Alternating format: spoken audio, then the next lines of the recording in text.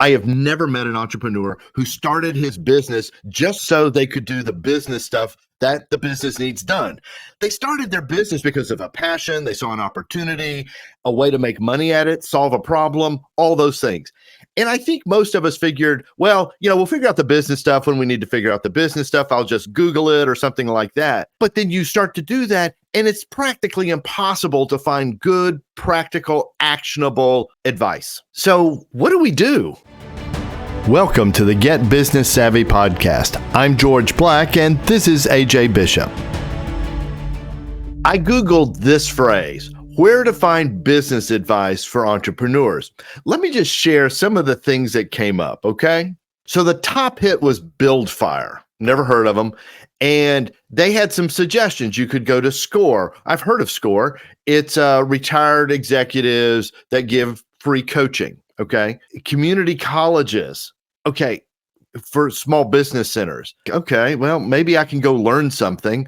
Meetup. So, like go to meet other people, I guess. Businessadvising.org. And this is a West Coast venture thing. And then something about making legal stuff easier. Nothing actionable. I don't know if you had the same takeaway as me, but I did the same thing when I was starting up, like Googling advice for startups or how do you get started with a successful startup and all that type of stuff. And to me, it created more of a cloud of confusion than it did anything else. As I was Googling, it was like I was going on a rabbit hole of all of these things I don't understand, or all these a lot of times they're saying different things, or like you said, they're not very actionable either. It's very, well, this is what I did and this is what worked for me. And they stay in that realm of things where it's not going to answer specific questions I have. In my case, it was, how do I start a shoulder rehabilitation device company? Right. So I just thought, rather than going for some specific information, just guide me where to go get advice. Okay. So the second hit was LegalZoom. Okay. We've all heard of LegalZoom, right? And they had a blog on this. Their number one piece of advice of where to go for business advice is the federal government, U.S. Small Business Administration. Now, the SBA is good for loans, okay? No doubt about it. But advice? I'm an entrepreneur. The federal government is the antithesis of entrepreneurism. The world's largest bureaucracy is going to tell me how to run an agile startup. Hello. and then SCORE came up again. These are retired executives. I need retired entrepreneurs. If I got a retired entrepreneur, that might be a pretty good deal, right? Small business development centers. I don't even know what that is. Trade groups in your industry. Okay, that's a corporate thing. I need advice on how to run my business as an entrepreneur. I'm not looking for industry advice. Businessadvising.org came up again. And the last one, I couldn't even believe they wrote this down. Your public library. I don't know. I'm nothing against public libraries and Benjamin Franklin, but the last time I went to a public library was to vote. I don't remember. Probably my school's library would be the last one, but that wasn't even public. I think books would be a better place to start than the internet in terms of getting like comprehensive knowledge. But overall, what community or what entrepreneurs or how are you going to get specific advice in a public library? All you got are books that have a lot of information in them, a lot of wisdom, and a lot to learn from. And so what else did you find, George? Yeah. So you get Forbes, right? Forbes is always in there, entrepreneur.com. They always get the top hits. These guys have great SEO. That's what I'm finding out. It's not that it's pertaining to my search. They've just tagged it with good SEO stuff. And quite frankly, I got some great SEO ideas in doing this. But this article is titled The Best Advice These 10 Entrepreneurs Have Ever Received. I didn't even bother to see who the 10 entrepreneurs are. They've got some pictures of smiling people. They look very happy. Create a business plan. Top advice of these top 10 entrepreneurs. Why? I mean, I've already got it's like, that doesn't even fit. So I looked at number 2. Hustle and network. Well, who doesn't know that? Okay. Picture your business like a workhorse. I'm trying to get practical advice here. Okay. And these guys are giving me the top 10 pieces of advice in Forbes magazine. Listen to what your customers need. These are like the most watered down cliche taglines you could possibly imagine. Okay, well, wait, AJ. This is going to rock your world. Focus on your niche market. This, Oh, not to, wait. Number 6, talk to those who have done it. And they just get worse and worse. Ask how you can help, think long term, ditch performance, invest in yourself. Okay, I'm looking for business advice on how to run my business. that article sounds like if they asked me before I started my company, what advice would you give to entrepreneurs? Write down your top 10 takeaways in 5 minutes. We're publishing it on Forbes. That's basically what it sounds I mean, they obviously wrote the article for good SEO. And then a bank in the Midwest came up and, it's like reach out to leaders you admire, join your local chamber of commerce. Oh, I've done all of that. Okay. I went nowhere for 2 or 3 years in the chamber of commerce in my town. Tap into expert resources. That's a good piece of advice. You're listening to this podcast. So I go, okay, wait. YouTube's the biggest search engine in the world. Okay. So let me go, and it's owned by Google, by the way. You want to know what my top 3 hits were? Please tell me. My top hit was Gary V. No surprise there. It was a 10-minute long video, how to grow and operate your business. And he's talking to an entrepreneur, is interviewing him or asking him questions, and he's basically telling the guy how wrong he is. I didn't watch it. I just kind of scrubbed it real quick and just sort of looked at it. I might be mischaracterizing it. So no offense to Gary V there. The next one was The Best Advice for Entrepreneurs by Robert Kiyosaki. Okay. I like Robert. You can go back into my archives. A couple years ago, I did a series of videos on Robert's stuff. Robert's good, but he's high level. I need practical, actionable advice. It's good thinking, it's good theory, it's good overview, but it's not helping me. And it was 12 minutes, and I think a little bit better than Gary V's hit. Now, this is what YouTube suggested to me. I'm not trying to represent all of their content, okay? Because these guys have some good stuff. The third one is Mark Cuban. You've all seen this title because it comes up everywhere. The number one reason why people fail in business. I'm looking to succeed. Now, I know I'll learn from other people's failures. I get the angle, all of that. This did come from Motivation Hub. And Motivation Hub's good. They've got some great videos. But I need something more granular and business specific. It doesn't have to be industry specific. Tom Bilyeu came up, Impact Theory. He's kind of a life and business guru, made $1 billion. And then I keep going down the page. You get a bunch of shorts by all these billionaires. And then YouTube ran out of ideas. So they gave me Dave Ramsey, How to Get Rich. And I'm like, please, this is, what do we do? AJ, help us. Me? Well, you went to business school. Come on. Yeah, that cost me a couple $100,000 to still be here talking to you looking for the answers. Well, okay. So let's talk about that. So in school, you started in your entrepreneurial endeavor because you competed in the entrepreneur competition.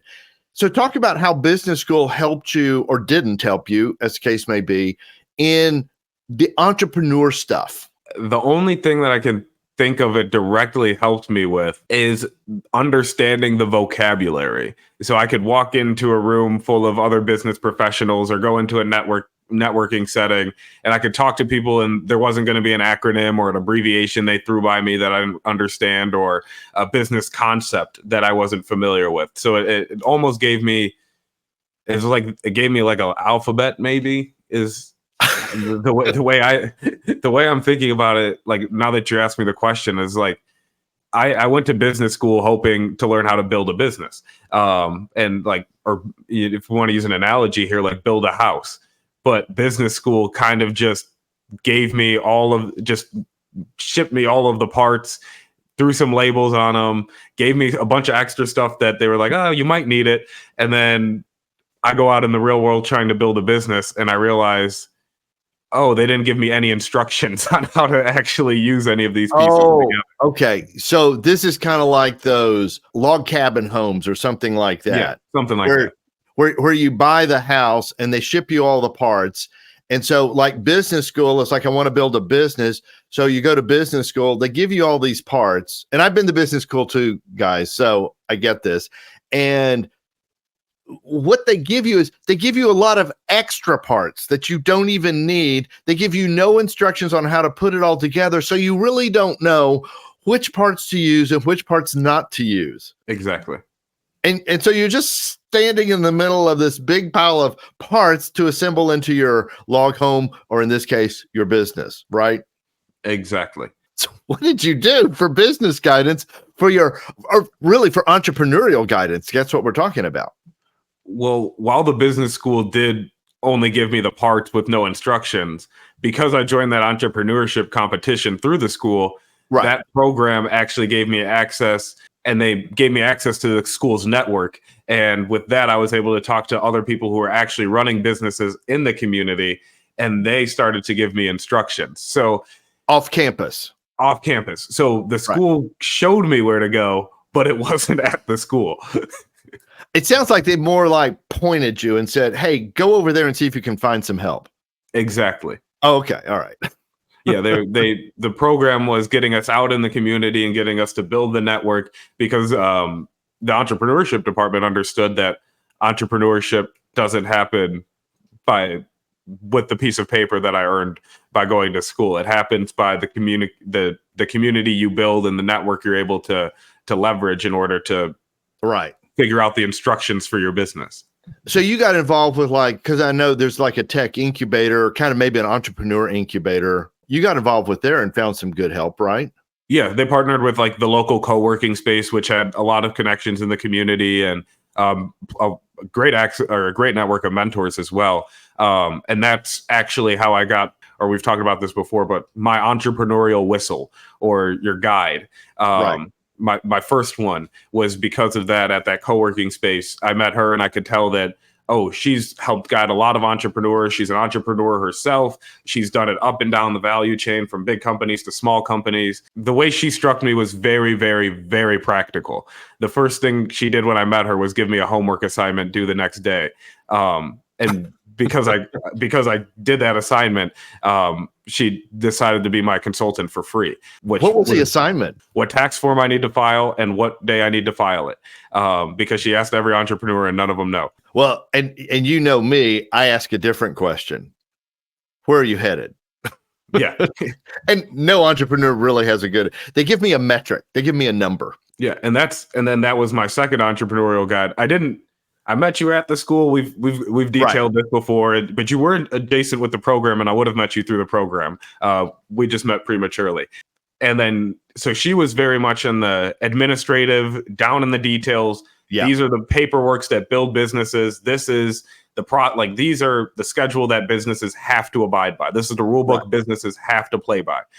And then George was more of, where are you headed? What is your vision? Where do you want to take the company? Both are very necessary, both completely different skill sets. And I found both to be very entrepreneurial guides. But ultimately, those two things coming together, realizing, oh, there's a whole lot of administrative details that they don't teach you in school that you need to understand. And then there's also this whole big picture planning and leadership and strategic direction that I need to manage. And it's entrepreneurism is being able to juggle both of those things. And as an entrepreneur, hopefully being able to live mostly in that big vision and just making sure the administrative stuff gets done. But when it's just you got to be the administrator too. Yeah. And I would just add to what you're saying, like, yeah, I got to start with the big dreams and the direction and stuff like that. But then, we bring it down into practical strategies that, what are you going to do next? Yeah. Next levels. What are you going to look like when you're operating at this level? Let's really picture, what is that next level, 3 to 5 years. We have this big picture vision, and so you take it from the big picture and you get down into the practical, where my other guy, she starts at the practical. Yeah, she starts the other way. Yeah, the tax forms, what is your formation type, how are you capitalized, all of that stuff, and then we'll build up. And so as an entrepreneur and as a leader, you actually need to be able to build from top down while you're also building from bottom up at the same time. So my Google search was where to go to find business advice for entrepreneurs. But AJ, what you're talking about, let's go there. Who do I look to for business advice as an entrepreneur? So what? Let's kind of just talk about a few characteristics that you and I have both experienced. Uh, that okay, this is what I need in a good entrepreneur, guiding mentor relationship, person, coach, whatever you want to call them. The first thing I was looking for, and I think it's pretty obvious, they need to know more than me. um, That's great. Yeah. Yeah. uh, and that came, and it should be pretty apparent from the beginning. Once Linda was asking me, what tax form are you going with, or George is asking me, where are you headed, and I answer George with, oh, we're going to be selling medical devices across the country, Right. and he just repeats the question as if I didn't answer it. um, it becomes very clear, oh, this person has a level of knowledge in this field greater than I have.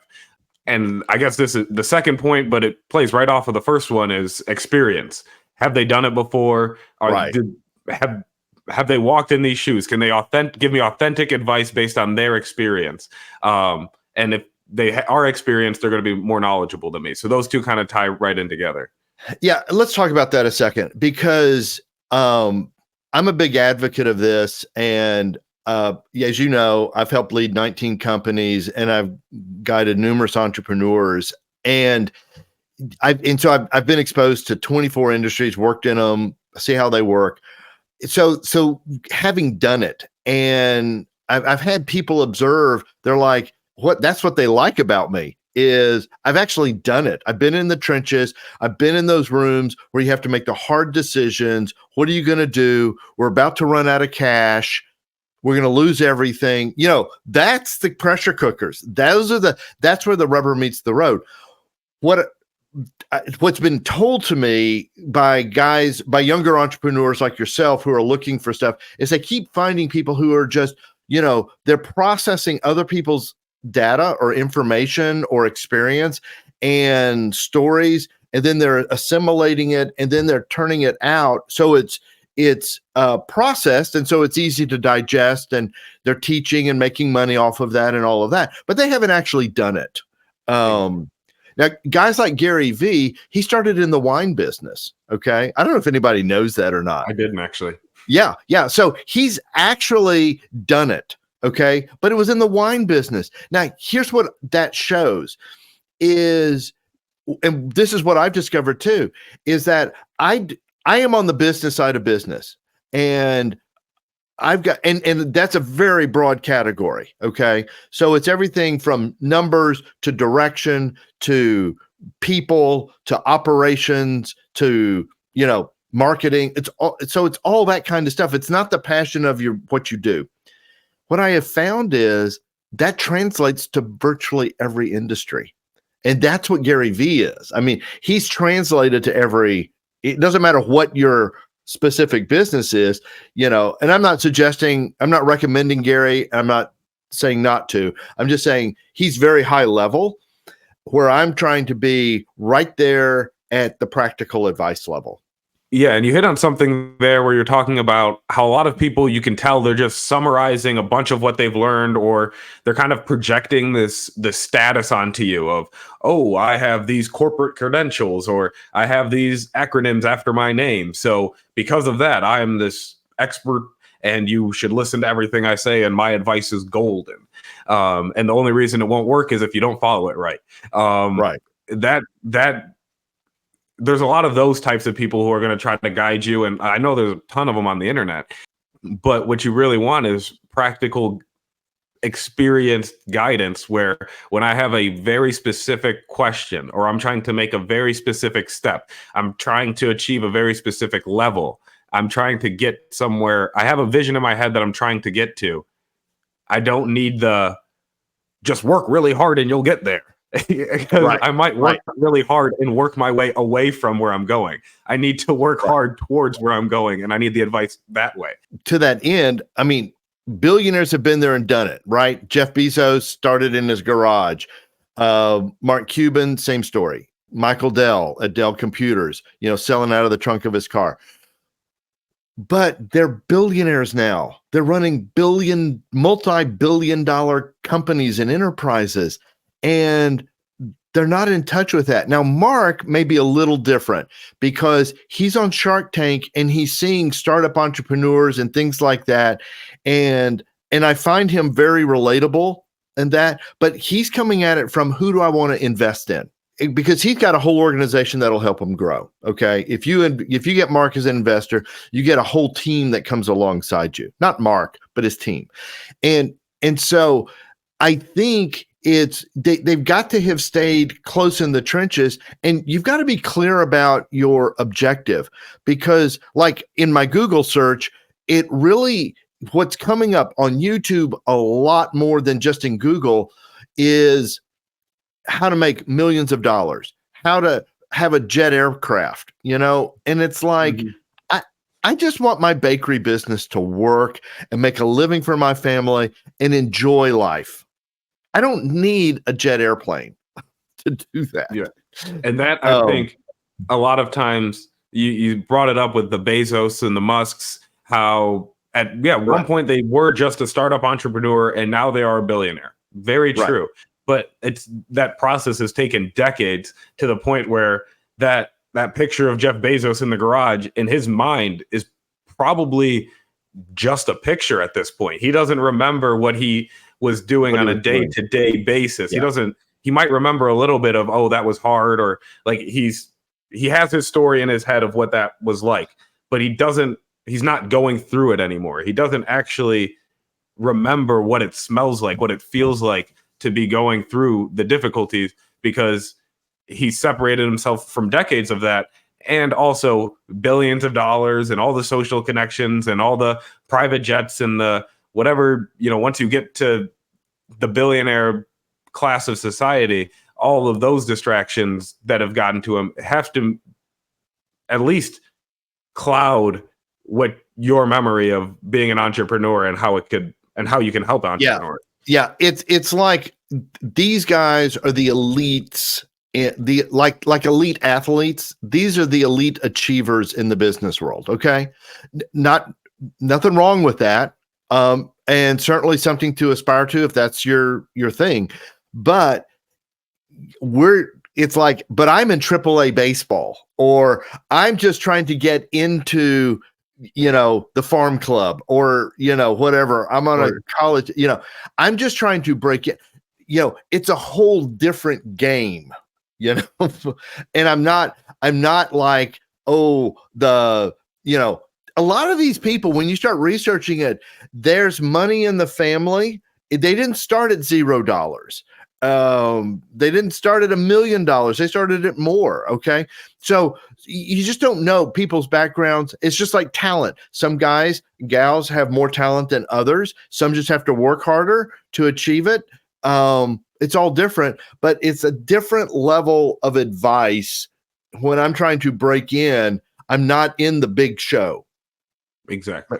So I made a shift a few years ago and realized I've been working one-on-one with companies and entrepreneurs, and with my book being published and that sort of thing, I wanted to get one to many. And so we're taking a new step this year. I'm very excited about. We're launching a free webinar for entrepreneurs. It's going to be the last Thursday of the month. So Leap Day, February 29th. It's an easy day to remember, right? So there's a link below you can click to sign up, and we're going to give you some practical business advice and guidance, and also answer your questions. So bring your business question that you are having a tough time finding out, because here's what my envisioning is to guide entrepreneurs and leaders to impact their worlds for good by showing them how to lead their specific business with business savvy. And because we're looking for results like finding greater freedoms in your business, with money, time, your lifestyle, in purpose. So we have a direction here, and we think this webinar is going to be a huge success for everyone who attends. So hop on, click into it. So in the meantime, check out last week's video. I know you're going to love it. And until next time, may you live truly free.